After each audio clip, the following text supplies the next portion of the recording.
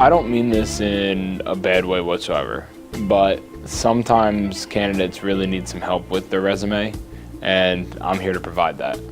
They don't understand what a specific employer is looking for.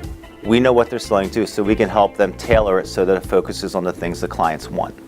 The majority of the candidates that we speak with need help with their resumes because they're not commonly writing resumes. We spend all day, every day looking at resumes, and they're just going to their best friend, their colleague. They don't know what the hiring managers are looking for. They don't know what the actual job is going to entail. They don't know what skill sets are important to emphasize on their resume. I see hundreds of resumes a week, so I know what should and shouldn't be on a resume.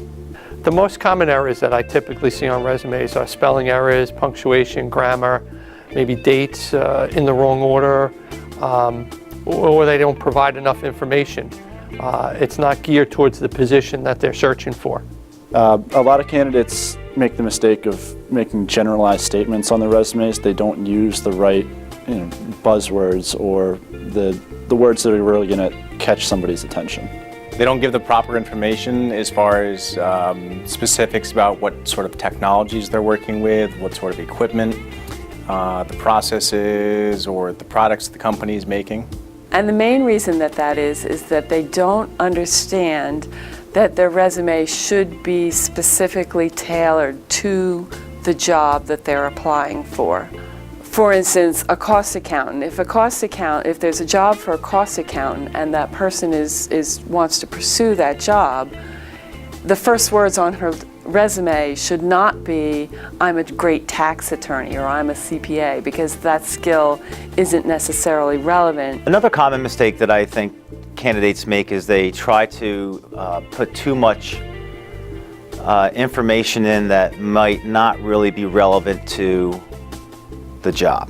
It makes the reader tired or uninterested. It really does them a disservice.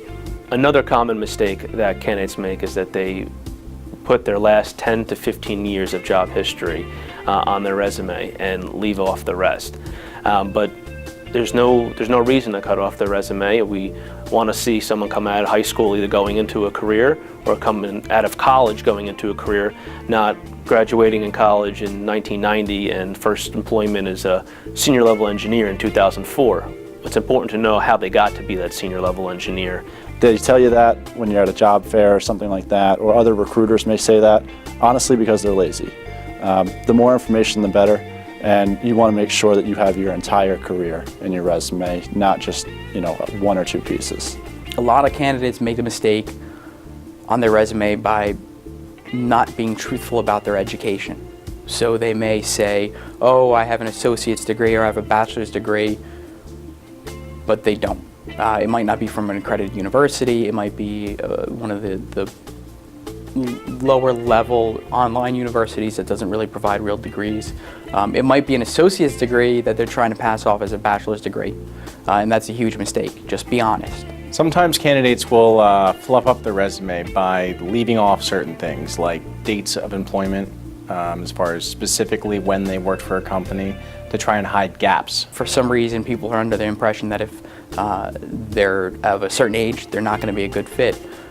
Quite frankly, age doesn't play a role in the hiring process, and sometimes we're looking for savvy veterans that have more experience, and we have no idea how long you're at that company if you don't leave your dates on. So it's really important that the candidate present a resume that is tailored to the specific job.